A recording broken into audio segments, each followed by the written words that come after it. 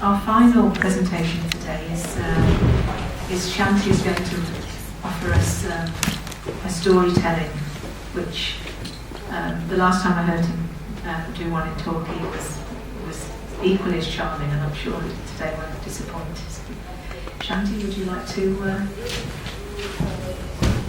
Just going to tell one story, from Pentamerone.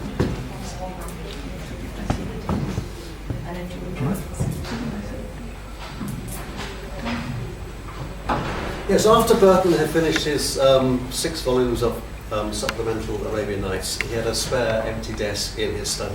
So what's the next project going to be? Well, he chose a full English translation of Pentamerone by Boccaccio. But he quickly realised that John Payne, friend, rival translator, was also working on that exact same project. So he didn't want to step on his toes again, because they both translated the Arabian Nights at the same time. So he looked elsewhere, and a friend of his, the librarian in Trieste, suggested El Pentamerone by, let's get this right, Giovanni Battista Basile, published in Naples in 1634. It had never been sort of translated into English. It had been translated into German. The Brothers Grimm were big fans of this book, but never into English. So Burton looked at it and he thought, yeah, I'll do this. It really is a really interesting book. Now, it was never published actually in Basile's lifetime. For some bizarre reason, he passed away, and it's his sister that finally published it using a pseudonym, and no one knows quite why. But it's a charming book. It's the very first collection ever that consists entirely of fairy stories. Now, fairy stories had existed before in other collections, but this was the very first one entirely of that genre. The very first time stories like Cinderella, Puss in Boots, Hansel and Gretel, Rapunzel, all appeared in print. And these versions are very different from the ones we know from the Brothers Grimm. I mean, in this version of Hansel and Gretel, it involves pirates. But I'm going to tell you one of those, the original version of Sleeping Beauty. And Burton, I think he would have just loved these stories, because they are full of all of his favourite sort of deviant topics. There's bestiality, cannibalism, incest, and a whole host of sort of different sort of medieval and Renaissance punishments that are meted out to the guilty and the not guilty in these stories. So, and when I do these stories that Burton's translated, I always sort of try and picture in my mind him in his smoking room in Trieste, and he'd been working on a translation during the day and had some friends around, for the evening meal. Took them back to the smoking room, and he would tell them one of the stories he'd been working on. Which is my pocket. Excuse me.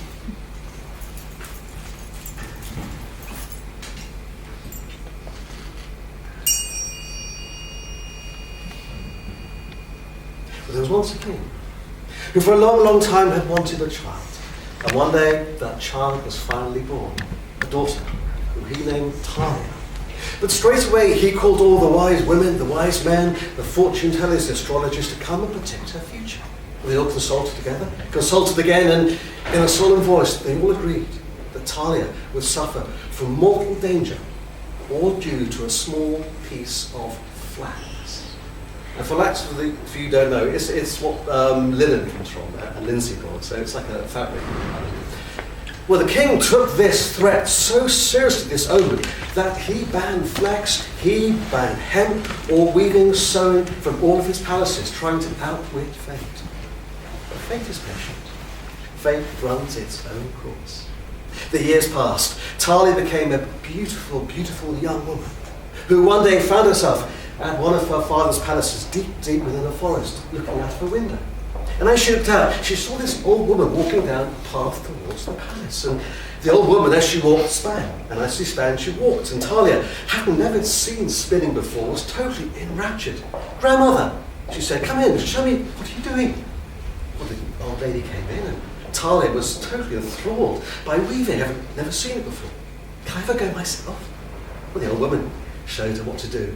But as Talia was threading a shuttlecock, one small piece of flax got caught under one of her fingernails. And at that moment, she fell stone dead to the ground. The old woman, thinking, well, she might now be blamed for this death, ran away and was never seen or heard of again. When the king heard of the death of his only child, he was mortified, full of tears, full of sorrow. And he decided to leave Talia in that palace in the forest on a velvet chair as a shrine, as a memory to her. Well, shortly afterwards, the king himself passed away of sorrow, and that palace in the forest just got forgotten. Well, the seasons passed, the years passed, time passed. Talia just sat on that velvet chair, silent, stone, deathly. Now the story, it might have finished there. But we need a new character, don't we, in the story, and who might that be? I'm asking you. We need the prince. Not Richard Burton, no, we need a prince, don't we? But in this story, it is a king. A king who was bold, brave, handsome, all those things that Walt Disney was looking for. But this is a deviant version. This is a Burtonesque version. But this king was also married. And so this king, as chance would have it, found himself hunting in the forest nearby, that abandoned palace, not knowing about it. When his hunting and falcon suddenly flew off and flew into the open window of this abandoned palace. And the king went up and, using his sword, he cut through the brambles, the briars, the birch, the thistles. Eventually, he found the palace door. And he knocked on it as hard as he could, thinking people were living inside, but his echoes just reverberated through that abandoned house. He was so determined to get his falcon back, he got his servants to make a ladder. And he placed the ladder against the wall. He climbed up and entered into the palace through the open window. And he moved from room to room, searching for his falcon. And eventually he came across the room where Talia was sat on a velvet chair, as quiet, as still as death. But at first the king thought that, well, she was just sleeping, and spoke to her, shouted at her, shook her. But she was just still and silent. But then the king noticed, well, how beautiful she was, how stunning she was. His blood began to course through his veins. His codpiece began to swell. And he decided, well, there's no one around, is there? So I can have my way with her. So he picked her up and he carried her to this bed. And there, in the long afternoon shadows, in the abandoned palace, he lifted her dress. And there, he plucked the first fruits of her love. And then he just left her. He stepped outside the palace, and as he did, he forgot all about her. It totally went from his mind. When 9 months came, and 9 months went, and what was sowed was reaped, what was planted was harvested. And Talia gave birth to 2 twins, a boy and a girl, who might have died had it not been for some fairies who lived in a well nearby. And they felt so sorry for those babies, they decided that they would help them. They did not want her to die like Talia. So every day they went into the palace and they pushed these babies against Talia's breasts so they could drink her milk. But one day, the little baby boy rolled away from the breast, but he was still hungry. And he found one of Talia's fingers, and thinking it was her nipple, put it in his mouth and began to suck, but there was no milk forthcoming, so he sucked even harder. He sucked so hard that piece of flax under her fingernail was dislodged. And at that moment, she woke up. She couldn't understand what had happened to her. Where was everyone? Where had these babies come from? And who kept bringing her food, though she never saw anyone? Chance would have it, for chance is a wild, a crazy thing.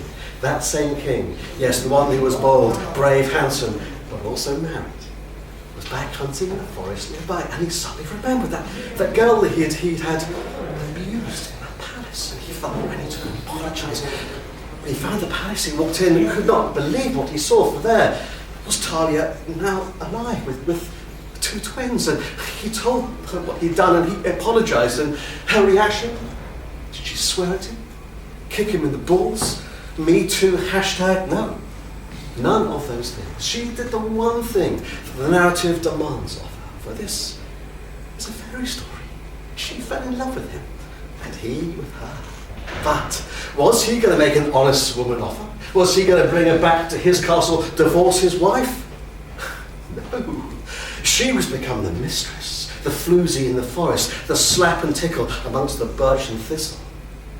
But it wasn't soon before the queen back in the castle realised something was up with her husband, the king. All these overnight hunting trips. When he was in the castle, he kept saying his name, Talia, in his sleep. One day, the queen asked her secretary, Tommy, what is going on here? Who's Talia? You tell me exactly what you know, or I will put you to death. And the secretary, believing every word, said what he knew. All about the abandoned palace and Talia and his twins. That, the queen, she went red with rage. She went green with envy. She went black with dark, evil thoughts. And she decided, I need to sort this situation out. So she sent her secretary into the forest, into that abandoned palace, with a message that the king now wanted to see his twins. And Talia, believing all, suspecting nothing, gave those twins to the secretary, who brought them back to the castle, who gave them to the queen. And then she gave them to the royal cook with instructions to slice, dice, boil, bake, whatever you do, just serve them up for lunch for the king. Luncheon came. The queen served these dishes up with great relish. The king, he ate them with great relish and gusto, saying he had never had such tasty food. It was delightful. Keep eating, said the queen, dear husband, because you're eating what is yours. At the end of the lunch, the king decided to go out riding, so he went down to the stables and set off on his horse. But anger still burnt in the queen's heart. She was still green with envy, red with rage, black with dark thoughts. So she sent her secretary back into the forest for the message now that the king wanted to see Talia and she was come to the castle. Talia, believing all, doubting nothing, went along with her. But at the castle, well, she was met with the queen, who slapped her around the face, saying, you're the little slut that my husband's been poking in the forest. And Talia heard this, she felt it, and he says, it wasn't like that at all. He stole into my orchard, plucked my fruit when I was in some enchanted sleep, please. But the queen was having nothing, none of this. She told her servants to make a large pile of wood in the middle of the courtyard, and for them to throw Talia on top. Burn the bitch, she shouted out. Well, just as Talia was about to be thrown on, the courtyard echoed to the sounds of horses' hooves. The king had returned from that riding and couldn't understand what was happening. But he soon realised, when he heard the whole story, but where are my children? Where are my children? Well, the queen had great pleasure in saying that he'd had them for lunch. Those words, he choked in his throat, he pressed his stomach, he vomited. But when he recovered, he said, there's a fire, isn't there, burning? But it's not for Talia, it's for you, dear wife, you and your secretary. But there's one more person that has to pay for what has happened, and that is the royal cook. Guards, go and find him at once. Shortly afterwards, the cook was dragged into the courtyard. Your Majesty, please, your children, they're alive. I couldn't kill them. As I was asked, I gave them to my wife to look after, and I cooked a goat instead. That's what you had for your lunch. Then show me my children, said the king. Well, shortly afterwards, the cook's wife brought those two twins in. And when the king saw that they were still alive, he was so relieved, so happy, that he gave the cook a large bag of gold as a reward. And the queen and their secretary, well, they were thrown onto that burning fire. And there they stayed, until there were nothing more than charred bones and ash. And the king, his new wife Talia, and their children, well, they lived happy ever after.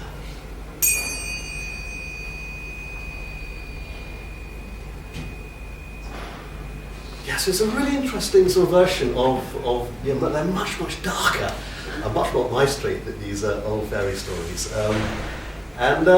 Since Burton's full translation, it's actually only been translated twice more into English. Once in the 30s by Norman Pensar, who was a Burton scholar and member of the Royal Geographical Society, and once more recently, I think about 1997, by an American Burton one, though, looking at, when you compare those three translations, it's not a full translation, it's actually much better. Because the Basile, there's a lot of descriptive stuff in there which hides the story, which is quite interesting reading if you are researching sort of Neapolitan culture at that time. But as a storyteller, I find it a bit too much. And for those who want a much easier way to access it, in 2016 they made a film called Tale of Tales. So I did mention the book, did I? Yeah. Well, El Pentamerone or Lo Conto de lo Conti, which is sort of Tale of Tales. But they made a film just of 3 of the stories. So there are actually 50 stories in this collection. I won't go into the framing story, but a prince basically finds 10 women who are the sort of the biggest mouths, the best storytellers in his city, to tell his pregnant wife stories over 5 days, which gives 50 stories. But at the end, the queen gets her comeuppance. That's another thing. But the film is really quite interesting. So it's much darker than your normal fairy stories.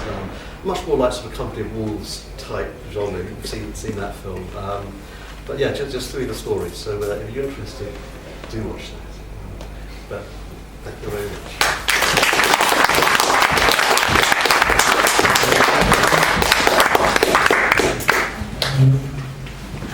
Nick, would you like to say a few words now? Thank you so much to everybody who's contributed today. We've had a really marvellous day. Yes, of course, yeah.